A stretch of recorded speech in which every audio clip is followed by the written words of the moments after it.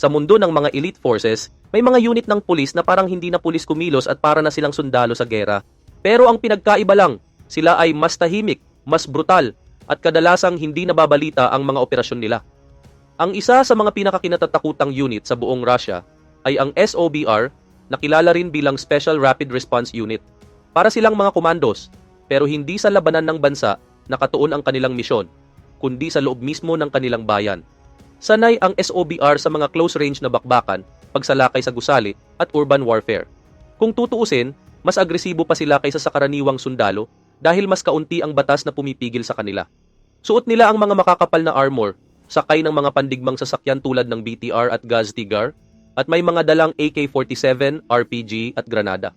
Kung may operasyon ay hindi sila nagpapakilala. Sila ay nakamaskara lang, tahimik, at diretso sa target. Ang nakagigimbal pa dito ay babarilin ka muna bago tanungin o minsan wala nang tanungan. Isa sa mga kilalang taktika nila ay ang psychological warfare dahil dinadala nila ang mga nahuli sa isolation blindfolded para tuluyang masira ang loob ng kalaban. Minsan ginagamit din silang panakot sa malalaking kilos protesta. Wala silang pangalan, walang pagkakakilanlan. Pero kapag nakita mo sila, alam mong may mangyayaring malala. Isa sa mga unang misyon nila ay durugin ang Russian Mafia noong dekada 90 at ginawa nila ito ng walang awa. Sa totoo lang, kahit ang ibang unit ng militar ng Russia noon ay takot sa kanila. Bagaman pulis ang papel nila sa papel, ang karamihan sa kanila ay galing pa rin sa special forces ng militar. Kaya hindi na nakapagtataka kung bakit sila sobrang bihasa sa mga malupit na operasyon. Ngunit maraming beses na ring binatikos ang SOBR ng mga organisasyon para sa karapatang pantao. Dahil ang dahilan ay sa halip na hulihin, binubura na lang umano nila ang target.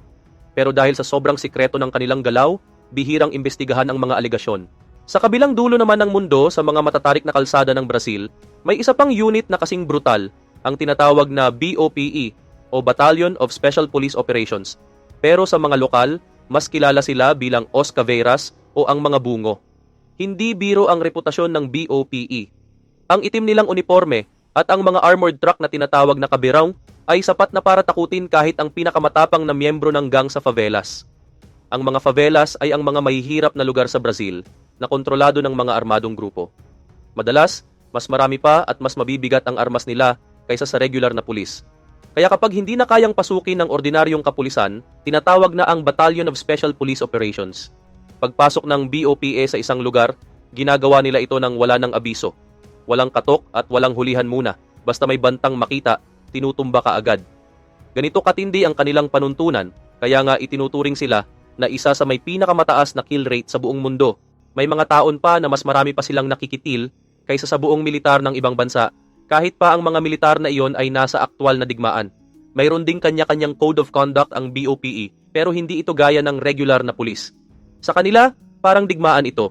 Isang digmaan laban sa mga sindikatong gumugulo sa kaayusan ng bansa. Ang mas matindi pa, pumapasok sila sa mga lugar na kahit ang militar ng Brazil ay ayaw pasukin. At dahil dito, maraming operasyon nila ang hindi na nare-record o napapasa sa opisyal na talaan. Ibig sabihin, marami sa ginagawa nila ay off the books. Para sa ilang miyembro ng BOPE, hindi na ito trabaho ng pulis. Isa itong personal na giyera-giyera kontra sa karahasan, ipinagbabawal at katiwalian.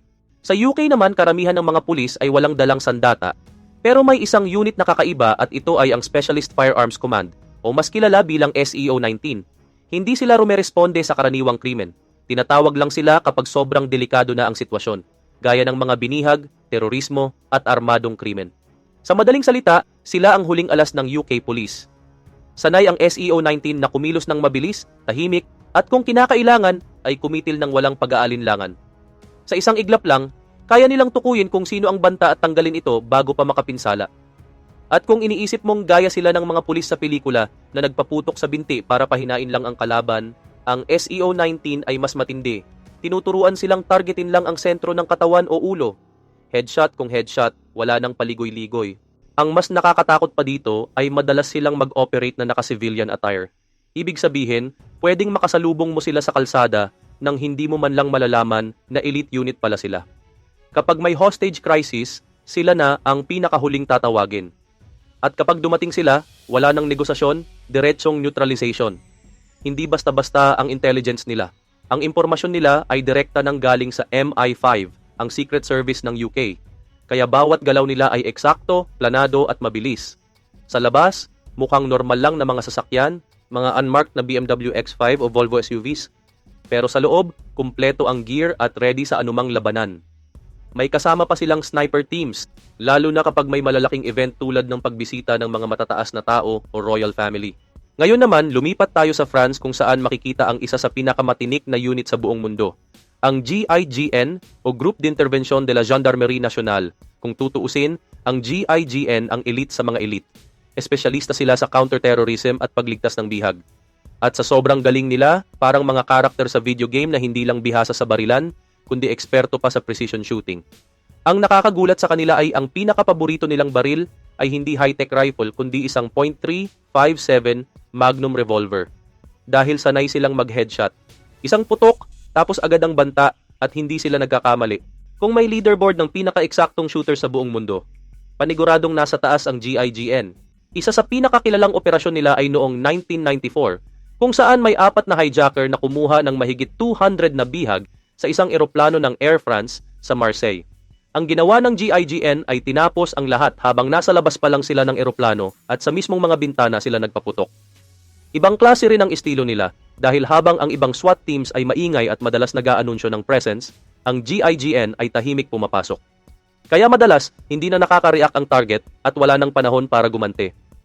Kompleto din sila sa kagamitan mula sa flashbangs, tear gas, drones, hanggang sa mga high-tech na surveillance tools. Pero ang pinakamahalaga sa lahat ay ang bawat miyembro ng GIGN ay handpicked mula sa mga dating special forces ng France.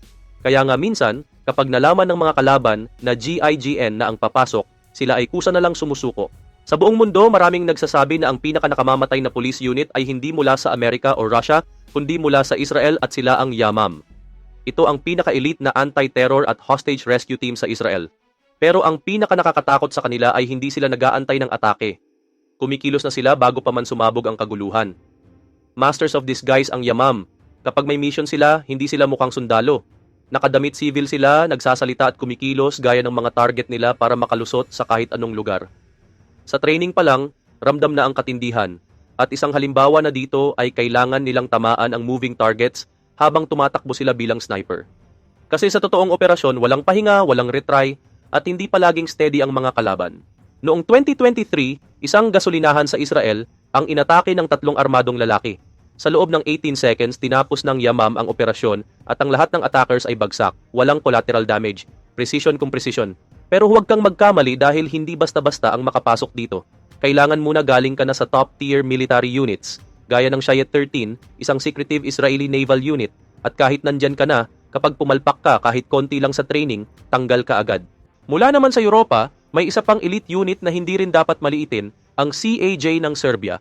Makikilala mo agad sila sa kanilang full body armor at nakakatakot na tactical masks na parang galing sa isang post-apocalyptic war movie. Pero hindi lang panakot ang itsura nila, sanay silang humarap sa urban warfare, guerrilla tactics, at mga misyon na parang sundalo. Marami sa kanila ay mga veterano ng Balkan Wars, kaya matagal na silang sanay sa tunay na digmaan. Isa sa mga unang misyon ng CAJ ay hulihin ang mga war criminals at i-dismantle ang mga rogue paramilitary groups kahit pa may mga tank at RPG ang mga ito. Ang training nila ay hindi lang pisikal, kundi psychological breakdown ng approach. Ginagapang ang utak mo, sinisira ka emotionally, at pagkatapos, tuturuan kang buuin muli ang sarili mo habang nasa matinding pressure. Wala silang body cams, walang body count reports. Tahimik silang kumikilos at madalas hindi inaaresto ang target. Dahil sa political positioning ng Serbia, sanay ang CAJ sa parehong NATO at Russian military tactics, kaya ang galaw nila ay unpredictable. At kung sniper skills lang ang pag-uusapan, isa sila sa mga pinakamagagaling sa buong Balkan region. Kung may elite unit sa US na kasing lakas ng military, pero pulis pa rin ang classification, ito na yon, ang FBI Hostage Rescue Team o FBI HRT. Marami ang tumatawag sa kanila na Domestic Delta Force, hindi lang dahil elite sila, kundi dahil kasama talaga sila sa mga training ng Navy SEAL Team 6 at Delta Force mismo. Kahit tawag sa kanila ay Rescue Team, hindi sila palaging nagnenegosasyon. Kapag may hostage situation, kaya nilang pumasok kahit may tao pa sa loob para agad i-neutralize ang mga banta. Hindi lang physical training ang tinitingnan sa kanila. Psychological conditioning ang priority. Tinuturuan silang i-shut off ang takot at emosyon para makapagdesisyon ng mabilis at walang pagdadalawang isip. Hindi rin sila basta-basta rumaragasa. Bago ang raid, linggo ng surveillance ang ginagawa nila. Naglalagay ng hidden mics, GPS trackers, at gumagamit ng radar tech para makita ang galaw ng tao sa likod ng pader. Ang armas nila ay SCAR rifles, MP5 submachine guns, custom shotguns, at kahit grenade launchers. Sa transport naman, sila ay naka-black helicopters at heavily armored tactical vehicles na parang mga sundalo sa pelikula. At dahil classified halos lahat ng missions nila, malamang kahit may gulo, hindi mo na maririnig ang buong kwento. Kung may elite unit ang Canada na hindi mo halos maririnig sa balita, ito na yon, ang Joint Task Force 2 o mas kilala bilang JTF-2. Tahimik kumilos ang grupong ito at sobrang lihim ng mga operasyon nila. Pati mismong gobyerno ng Canada, hindi alam ang detalye ng kanilang mga misyon. Pero kahit lihim ang lahat, may mga impormasyon na hindi na itago sa mundo. Ayon sa ilang ulat, ang JTF-2 ay may mga kinitil na high-value target sa iba't ibang bansa tulad ng Iraq, Afghanistan, Syria at ilang parte ng North Africa. Ang trabaho nila ay linisin ang mga target na banta sa seguridad kahit pa sa labas ng bansa. Noong 2017, isang sniper mula JTF-2 ang gumawa ng record-breaking shot dahil umabot ng 2.2 miles o halos 3.5 kilometer ang layo ng target. Mahigit 10 seconds ang pagbiyahe ng bala bago nito tamaan ang kalaban. Hanggang ngayon, ito ang pinakamalayong confirmed sniper kill sa buong mundo. Ang training nila ay hindi pangkaraniwan. Maging ang mga sundalo ng Canadian Special Forces ay madalas na hindi makapasa sa JTF-2 selection. Kailangan mong matutong kumitil gamit ang sariling kamay at lahat ng matinding teknik para mabuhay sa likod ng kalaban. Kapag may mga political summits or high-risk events, naka-civilian outfit lang sila. Nakikisali sa crowd pero laging handang kumilos.